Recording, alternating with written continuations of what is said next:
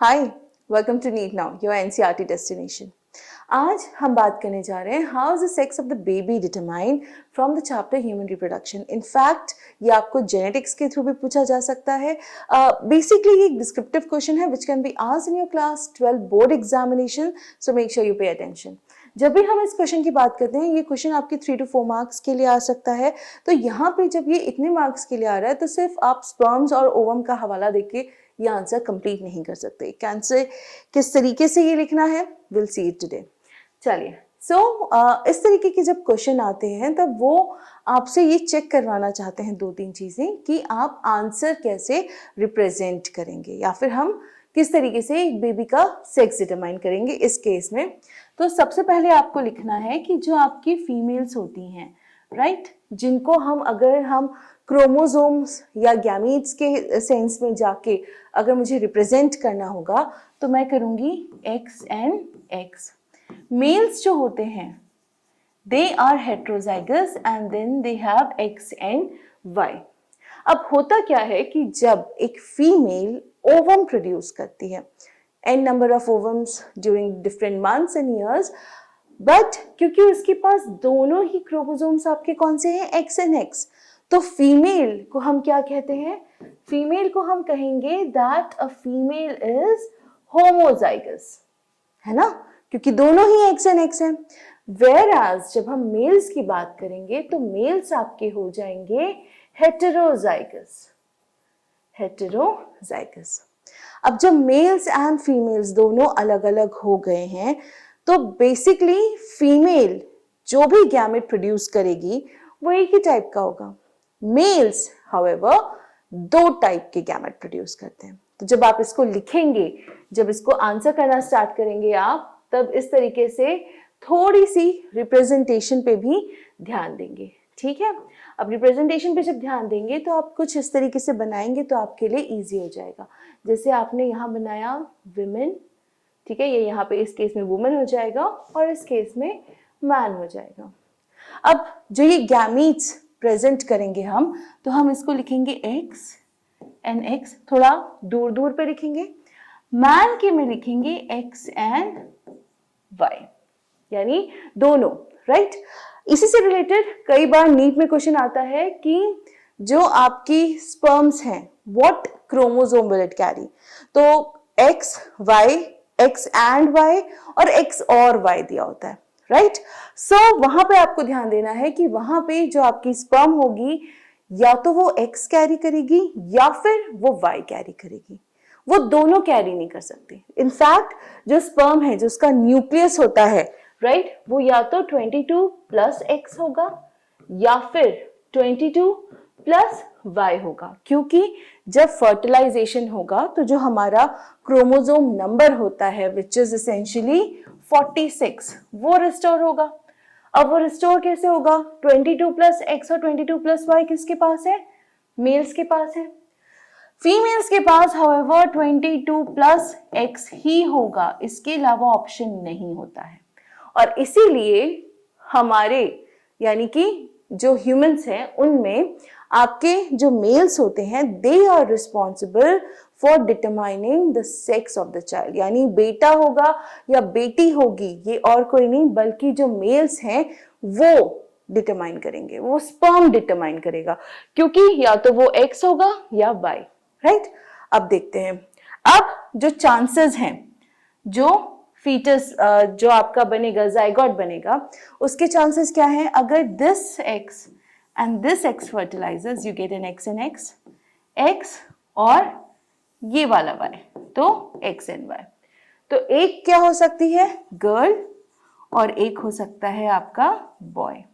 अब वहीं अगर हम दूसरा देखें तो x and x and again this x और y, एक्चुअली यहाँ पे एक ही x है बट हम for the sake of understanding इसको कर लेते हैं। तो this would be your girl and this would be your boy.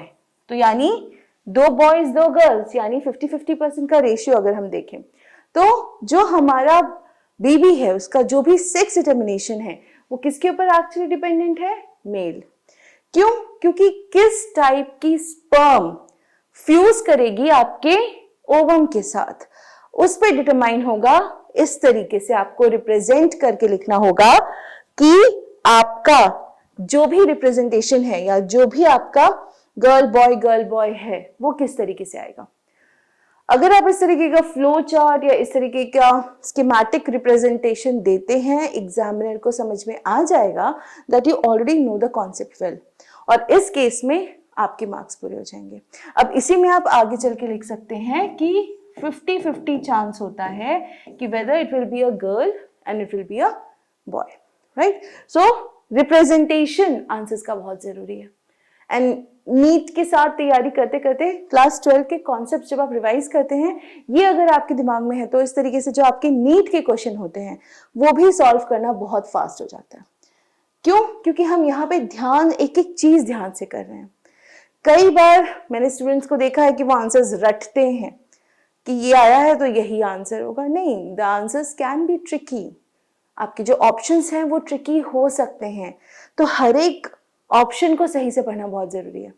अब जैसे इस केस में अगर मैं कहूं कि जैसे नीट में क्वेश्चन आ गया कि हाउ इज और यू कैन से रादर कि जो आपके स्पर्म्स होते हैं, राइट, स्पर्म्स के बारे में अगर क्वेश्चन आ गया कि स्पर्म्स को आप बताइए कि वो कौन सा क्रोमोसोम कैरी कर रहे हैं, तो उसमें ऑप्शन लेटर से ए हो सकता है कि एक्स, बी हो सकता है वाई, सी हो सकता है X and Y, and D हो सकता है ईदर एक्स और वाई। तो हमेशा तो एक्स कैरी नहीं करेगा, हमेशा वाई भी नहीं कैरी करेगा, दोनों भी नहीं कैरी करेंगे। ये आंसर जो है ईदर एक्स और ईदर वाई, ये सही है।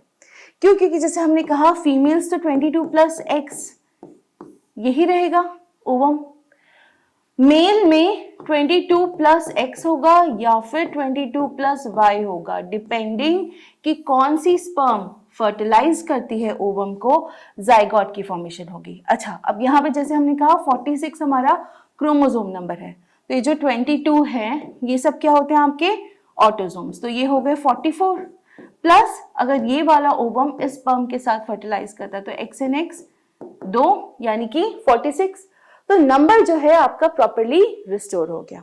और इस तरीके से ये वाला जो बेबी है ये बेबी गर्ल होगी। Same goes here also 22 22 44 X and Y 46। तो इस तरीके से अगर आप आंसर रिप्रेजेंट करेंगे तो आपको कहीं ना कहीं समझाने में आसानी होगी, एग्जामिनर को पढ़ने में आसानी होगी, और आप इजीली देख पाएंगे कि आपके आंसर्स कितने अच्छे लगने लग गए हैं, राइट। यही नीट में भी आपके बहुत हेल्पफुल होंगे। सी, रटने से चीजें नहीं हो पाएंगी। हाँ, आई एग्री कि कुछ चीजें आपको याद करनी पड़ेंगी, जैसे आपका कोई स्ट्रक्चर है या फिर अगर आपका कोई फॉर्मूला है ये आपको याद करना पड़ेगा। बट अगर ऐसे कॉन्सेप्ट्स भी आपको याद करने पड़ेंगे, रटने पड़ेंगे, then that is going to be a problem, है ना। क्योंकि हर चीज आप कितना मेमोराइज करोगे, समझ लोगे, एक बार समझने की बात है, फिर वो हमेशा के लिए आपके जहन में रह जाएगा। सो इसलिए मैं हमेशा कहती हूँ कि बायोलॉजी जितना आप समझोगे उतना आपके लिए आसान पड़ेगा, right. So this is how actually the sex of the baby is determined. And इसके बाद ही नेक्स्ट वीडियो में मैं आपको मिलूंगी किसी और कॉन्सेप्ट को लेके। अगर आप चाहते हैं कोई typical concept, do let us know in the comments, we'll await them. Thank you, पढ़ाई करिए, जो भी चाहिए हेल्प नीटा पे डेफिनेटली मिलेगी, सब्सक्राइब जरूर कर लें। I will see you soon, till then take care, thank you.